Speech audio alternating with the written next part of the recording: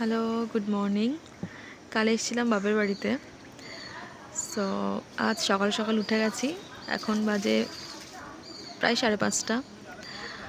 উঠে দেখি পুকুরে জাল ফেলেছে পাপা। সো ভাবলাম একটু ক্যাপচার করি। পাপা এখানে মাছ ফেলেছিল পুকুরে আজ প্রায় 3-4 মাস আগে। সো সব জেলেরা এসছে মাছ ধরতে। দেখা যাক কতটা মাছ ওঠে। ভাবলাম একটু ক্যাপচার করি। সো